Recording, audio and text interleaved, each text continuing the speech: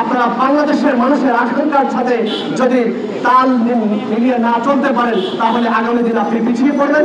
একই সঙ্গে শেখ হাসিনার মতো একটি পেশি সরকারকে যে উৎখাত করেছে, আপনার গণমাধ্যম বন্ধ হতে বেশি সময় লাগবে না যদি আপনি অন্যায্য আচরণ করে থাকেন। আপনারা প্রত্যেকে তার নিজের জায়গা থেকে দেখুন গত এক দশক আপনারা কেমন ছিলেন, আগামী দিনে আপনারা কেমন থাকতে চান। শুধুমাত্র এই আজকে আমরা যারা দাঁড়িয়েছি, আমরা যারা কথা বলছি, এটা শুধু আমাদের জন্য নয়, আপনারা যারা এই প্রোগ্রামটি ধারণ করছেন, আপনারা যে সংবাদটি লিখছেন, আপনি যে প্রতিষ্ঠানে কাজ করছেন, আপনার জন্য আমরা সেটি চেষ্টা করছি যেন আপনাদের সে ন্যায্যতাটা বৃদ্ধি পায়। আমাদের প্রথমেই মানিক ভাই বলেছিলেন আমরা যারা গণমাধ্যমে কাজ করি বছরের পর বছর আমরা কর্মচারী হিসেবে থাকি, অথচ এরকম পৃথিবীতে অনেক নজির আছে বড় বড় প্রতিষ্ঠান থেকে এই ধরনের সংবাদকর্মীদেরকে কিভাবে মালিকানার একটি অংশীদারিত্ব করা যায়। তাহলে সংবাদপত্র নিয়ে ছিনিমিনি খেলা মালিক যে কোনো সিদ্ধান্ত নেওয়ার ক্ষেত্রে অবশ্যই ভাবতে পারে। যাই হোক, যেটা বলছিলাম, আপনারা দেখেছেন গত এক সপ্তাহ এবং সাম্প্রতিক সময়ে অসংখ্য জায়গায় মাজার ভাঙা হয়েছে। আমরা গতকালই শহীদ মিনারে আমাদের শ্রদ্ধেয় ফরহাদ মাজহারের নেতৃত্বে সেটি নিয়ে একটি তার প্রতিবাদে গান এবং আলোচনা অনুষ্ঠান শুরু হয়েছিল। সেখানে আমরা দেখেছি জায়জাদিন পত্রিকা একটি নেককারজনকভাবে একটি ক্যাপশন দিয়ে তারা এটি করেছে। আমরা অত্যন্ত নিন্দা জানাই জায়জাদিনের। একই সঙ্গে এটিএন বাংলা তার আগে জাদুঘরে একটি অনুষ্ঠানকে তারা ভিন্ন ক্যাপশনে প্রচার করেছে। এটা আমরা তাদেরকে জানিয়ে দিতে চাই, এটি নতুন বাংলাদেশ, আগের মতো ছিনিমিনি খেলা চলবে না। একই সঙ্গে বলতে চাই, আপনারা আজকে ডান নিয়ে কথা বলবেন, কালকে বাম নিয়ে কথা বলবেন, এমনটি হতে পারে না। আপনারা বাংলাদেশের মানুষের আকাঙ্ক্ষার সাথে যদি তাল মিলিয়ে না চলতে পারেন তাহলে আগামী দিন আপনি পিছিয়ে পড়বেন।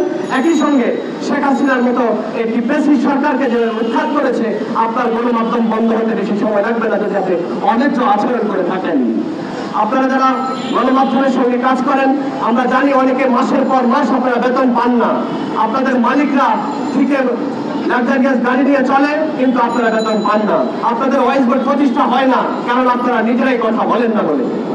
আপনারা গার্মেন্টস শ্রমিক নিয়ে কথা বলেন, সকল শ্রমিকের অন্যায় নিয়ে কথা বলেন, আপনার সঙ্গে যে আপনার মালিক অন্যায় করছে আপনি সেখানে কথা বলেন না। আজকে আমরা কেন দাঁড়িয়েছি? আমরা যে সরকার এসেছে, যারা দায়িত্ব নিয়েছে, তারা অনেকাংশে আমাদের আকাঙ্ক্ষা নিয়ে বাস্তবায়নের জন্য তারা এসেছে। আমরা গত 1 তারিখও দাঁড়িয়েছি, গত 16 তারিখও দাঁড়িয়েছি, গত 15 বছর এভাবে দাঁড়াচ্ছি। আজও আমাদের কেন দাঁড়াতে হয়? কারণ বাংলাদেশের মানুষ একটি অস্থিতিশীলতার মধ্যে থাকে, অস্থিরতার মধ্যে থাকে, সে তার দায়িত্ব ভুলে যায়।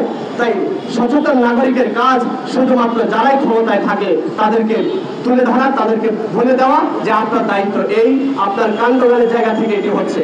আজকে আমরা সমকালে একটি রিপোর্ট দেখেছি, ইয়াসির আরাফাত করেছে, এখনো ডিবি হেফাজতে একজন নাগরিককে বন্দী করা হচ্ছে উইদাউট পুলিশ, উইদাউট মামলায়। আমরা এটা নিন্দা জানাই। একই সঙ্গে আমরা দেখেছি যে গত 15 বছরে আমাদের যেসব লেখক সাহিত্যিকরা কাজ করেছেন তাদেরকে নানানভাবে ট্যাগ দেওয়া হয়েছে। আজকেও আবার ট্যাগ দেওয়া হচ্ছে যে তাদেরকে সত্য কথা বলার কারণে অন্য ট্যাগ দেওয়া হচ্ছে। তো এই জায়গা থেকে আমাদেরকে অবশ্যই সোচ্চার হতে হবে। আমি শেষ করছি ওইটা বলে, মব জাস্টিস, মাজার ভাঙা, মন্দির ভাঙা, এসব উস্কানিমূলক ভাবে আনসারের প্রতিরোধকারে কোনো ছাত্রলীগ, যুবলীগ কোনো পায়তারা করে বাংলাদেশকে আবার নস্বাত করার জন্য সেরকম জানাই। একই সঙ্গে জুলাই গণঅভ্যুত্থানের জন্য প্রতিটি সংবাদপত্রে একটি যেন আলাদা প্যারা থাকে, তারা যেন সংবাদটি গুরুত্ব দিয়ে ছাপে। সেই সময় শহীদদের, আহতদের সংবাদ যেন গুরুত্ব দিয়ে ছাপা হয়। আমি সকল সংবাদকর্মী এবং সংবাদ যারা দায়িত্বশীল আছেন তাদেরকে এই আহ্বান জানাই। সবার জয় হোক, মানুষের জয় হোক, গণঅভ্যুত্থানের আশা আকাঙ্ক্ষা, গণ আন্দোলনের আশা আকাঙ্ক্ষা বাস্তবায়ন হোক।